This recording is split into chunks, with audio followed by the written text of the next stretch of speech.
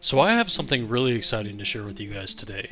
If you recall, a couple weeks back, I shared a video stating that the queen in my hive ended up dying and that the hive appeared to be hopeless. The worker bees were laying multiple eggs, trying to raise a new queen, but there was no larvae, there was no eggs from the previous queen, and there was no brood as well. So this hive was well on its way to dying out if we didn't intervene. And since this was my only hive, I unfortunately had to order a queen online, and I didn't really have any stock available just so that I could replace her immediately, but luckily I was able to get the queen in time, introduce her to the hive, release her. Unfortunately I didn't get that on video, but we're going to go ahead and search for the queen today.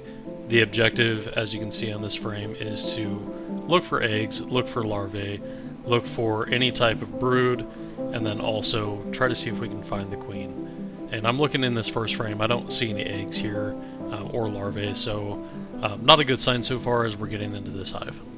So other than the honey stores, it looks like our first frame is a dud, so we're going to need to move on to the next.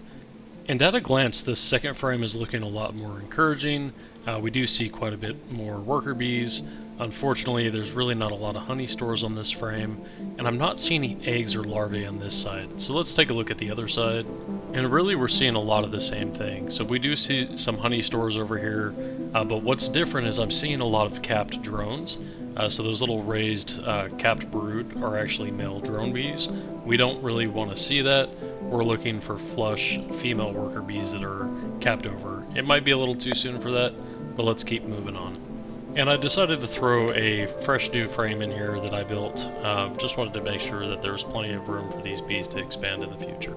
So now we're going to move on to frame 3, and this is where things usually get a little bit more exciting. When you have the frames in the middle, usually you're more likely to see the queen.